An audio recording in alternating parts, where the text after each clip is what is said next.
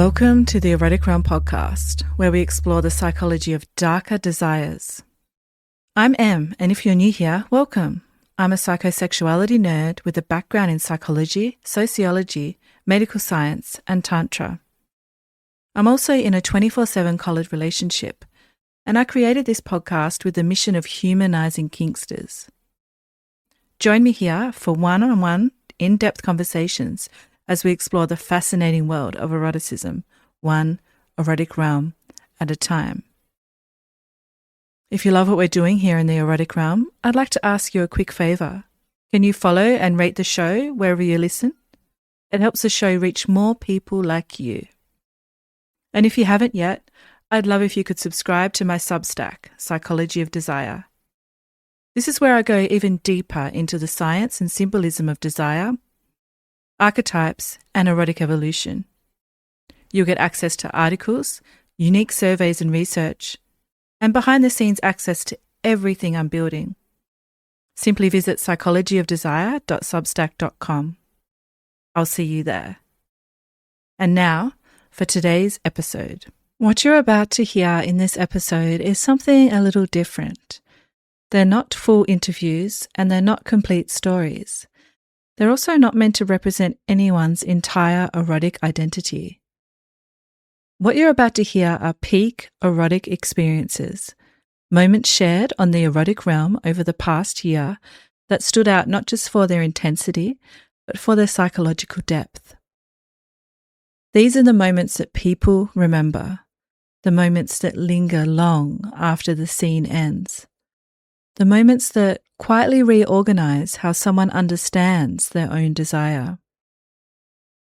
A peak erotic experience isn't necessarily the most extreme thing that someone has done. It isn't always the most explicit, and it isn't even always about orgasm. Peak erotic experiences are moments where desire, meaning, and emotional intensity converge. They often feel distinct, almost outside of ordinary time, as though something essential was crossed, revealed, or claimed. The psychologist who gave us the clearest language for understanding this was Jack Morin in his book, The Erotic Mind. Morin wasn't interested in cataloguing kinks or sexual techniques. Instead, he asked people a deceptively simple question. What was the most erotic experience of your life? And what he found was striking. Across genders, orientations, relationships, and sexual styles, people's peak erotic experiences followed similar psychological patterns. What mattered most wasn't what people did, but how desire interacted with tension. Morin observed that peak erotic experiences tend to arise when desire meets an obstacle, something that resists it, a line that feels risky to cross. There's often emotional exposure, being seen, surrendering control, admitting a truth, or allowing oneself to want what once felt forbidden. Power frequently plays a role, sometimes explicitly. Sometimes it's more subtle, a shift in polarity, trust, or psychological position. Many peak experiences involve permission to feel, permission to cross an internal boundary, permission to become someone slightly different on the other side of the moment. And often people describe entering a different state altogether. Time distorts, awareness narrows, the body becomes intensely present. In this way, peak erotic experiences are less about sex itself and more about states of being. As you listen to the moments that follow, I invite you not to focus on the specifics of what's being described, although that's certainly fun. Instead, I invite you to listen to where the tension lives, where the risk appears, where permission is granted, where power shifts, where something internal changes. These excerpts are offered not as a spectacle, but as glimpses into how the erotic mind actually works when it's most alive. What follows are selected peak erotic experiences shared on the erotic realm this year. If you'd like to explore the erotic realm of one of them more fully, I've listed the episodes they are from in the show notes below. I invite you to listen slowly and notice what resonates. Who knows? You may even be inspired to explore a new experience that may become a peak erotic experience for you one day. Enjoy. Now, you've mentioned a few scenes in our conversation, but I have to ask this question. What's one play scene in your triad that you'll never forget? One that felt like it expanded your erotic reality or was a peak experience for you? Oh my goodness, this is a hard one. I think most people that know us already, we have so many play scenes. We play all the time, and 99% of them are just ridiculously immaculate. So, to pick one, I would have to say, I think honestly, it was probably my first time getting rope suspended. Um, and it was a spit roast, I believe is what it's called. So it was definitely delving into a new thing for me, being submissive. Like I said, I was still stepping into, pursuing the submissive part of myself. And so Master and Miss Marie tied me up in rope bondage and suspended me on the hoist. And so while I was up there, of course, the way that she had me suspended with rope, she used the strap on to, yes, she used the strap on to fuck me. and, and Melissa used a strap on in my mouth. So while I was hanging with my back facing the ground, my head was hung back and I was getting fucked in the mouth, and Master Marie was fucking me in my vagina, and it was quite interesting because it was very new to me. It was a very vulnerable position for me, especially when there was a little bit of mind fuckery as far as Melissa face fucking me. So being her domina sometimes comes into play in interesting ways during some of our scenes. And I obviously am aware of the roles and that she is only doing what Master Marie has commanded her to do to assist in the play scene. And in a way, it's serving me. She's obviously ultimately serving my own pleasure. So I can see, how it all plays out. But that definitely was a prominent scene. There were definitely climaxes, and it was just very fun on everybody's part. And I had some initial anxieties about it because I had just never experienced the majority of the scene. So to have it all together and just play out the way it did was, again, amazing. Sounds like a lot of fun was had. Now, out of all of your decades of play, looking back at everything that you've experienced, I'm so curious to hear, what's a peak experience that really sticks out to you? One that you'd be happy to share with us and tell us why it was a peak erotic experience. Well, if we're just talking eroticism, it would be all the sex that I had with my slave from the 80s. There was so much. Blowjobs in the car, screwing on the hood, going out in the woods, just wherever, whenever, however.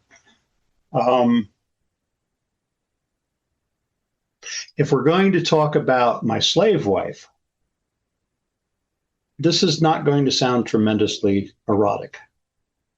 But when I think of my slave wife, the moment that I think of most fondly of her is a party run by Tickle Boy. He's a man who's into feet. And he threw a New Year's Eve party every year, and we were in his kitchen. And to this day, I think there might even be an article about it in my blog, in which I spell out the event and everything about it. But there were a group of people at the table, and there was people over by the island, and people were eating and laughing and talking. And I remember she and I were on stools with our backs to the sliding glass that went out on this deck, and I turned and looked at her. And while I would consider my wife to be a classic beauty, and like skinny, perfect figure, all that.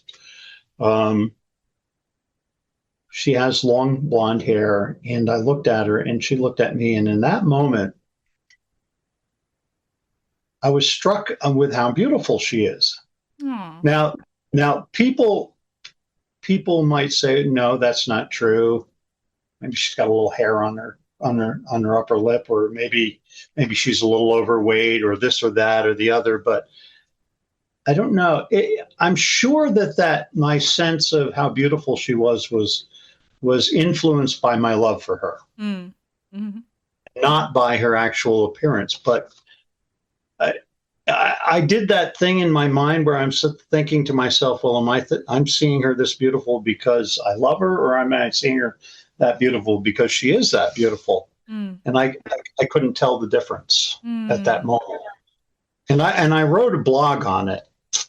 But to me, that moment, that party was always fun. We would go down the basement, and I would usually do fire play, because now I was known as the fire guy at that time in the area, and I would fire flush people, and other people would do bondage and floggings and things.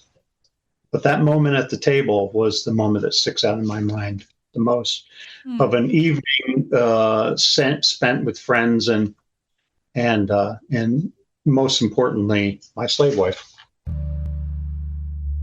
But after all of these experiences that you've lived, what stands out as a peak erotic moment for you? One that shifted something inside of you or expanded your erotic realm in a way that you'll never forget? I would say going to that fetish ball. Mm-hmm. We only went to a day of it. I was very, very pregnant and could not do all of the walking and everything. But we saw so many things, from vendors with gorgeous leather work to people that did custom tails to people that had, custom toys and stuff that they designed, to there was a PVC fashion show. There was a suspension scene that we watched. There was a wheel of pain going on, so you could see different forms of impact play. And that was when we really realized that we could step up our game and explore so much more. And I remember leaving that night, and we had sat outside on the patio there had to be like 100 people on that patio. It was the smoking area, and we were all bundled up around heaters and everything. And I just needed a break from the people. And we sat down and we talked to this really nice girl. And she was like, "Have you heard of FetLife?" And I was like, "No, tell me all about it." And we went home that night and we talked about it, and we were like, do we want to explore this? And the next day, or within that week, we created FetLife accounts. We were exploring the kink community. We were taking the BDSM test to see where we were, wanting to start the exploration and things like that. And we just realized that there was so much more out there that we wanted to explore together. I had a dom before him. He had a dom before me when he realized he was not a submissive person. And so, we had these experiences separately and hadn't really talked about it. It's not like there was any shame about it. It just was, we didn't straight up ask each other, "Hey, have you had this?" And so it hadn't come up. And then we left that and was like, "Oh yeah, I used to have a dom, and like, these are the things that we did." And he was like, "Oh, I had a dom kind of like teach me the ways, and this is what we did." And then we came up with a game plan and haven't looked back. And it's been so nice. And then I would say recently we also went to a dungeon for the first time. And that was enlightening, seeing the people, meeting the people, watching the scenes, getting to do scenes. It was so much fun. We've been back once and we're planning another go. And it's nice to find people that accept you in a space like you have at, dungeons and lifestyle clubs and stuff like that. I'd love to hear from you about a peak experience that you've had in the disciplinarian world. What has been a scene that's ticked all of your boxes and left you deeply satisfied?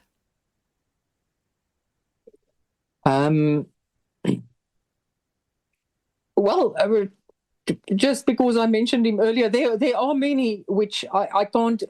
There are many which I can mention, but just because we were talking about older masochists, I will mention the oldest person that I ever caned, and it was in 2022, and it was at a daytime event in the south of England, and there were, if I remember correctly, about 15 bottoms, and there were 2 disciplinarians, me and Miss Eve White, and this man arrived, 89 years old, 89 and a half of them, and he was in a walker.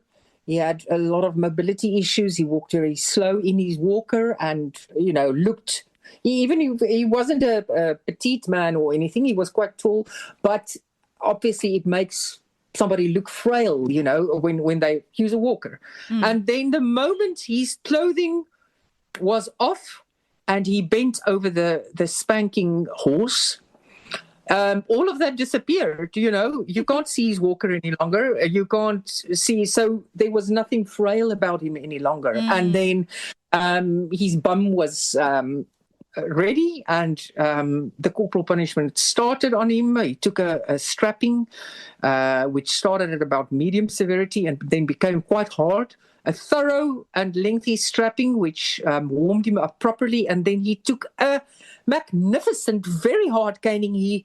Not that it's a competition or anything, it doesn't matter who took it harder or softer or whatever. That's not what I'm trying to say. Everybody takes it at the level that they're comfortable with. But he did take the hardest caning of the day. And then obviously everybody else was watching everybody else's punishments, So it was a great atmosphere. It was a lot of fun. And he was just absolutely wonderful. And I just loved the fact that, when you see somebody and you put them in a box, so he's with a walker and he looks frail and whatever, and then he's not. And I just wish, especially because ageism is so incredibly widespread in worldwide in our society, it just makes me so angry. I detest ageism, and I just love the fact that for that afternoon he did not have to experience any ageism, because none of the things that were obvious about him, because a walker is a big thing, you can't help but notice it. And even I couldn't help thinking, he looks frail, and would he be okay and whatever beforehand. And then all of that disappeared, not just for me, but for him as well and the other people present. So I just love the fact that that would always be a very special session for me.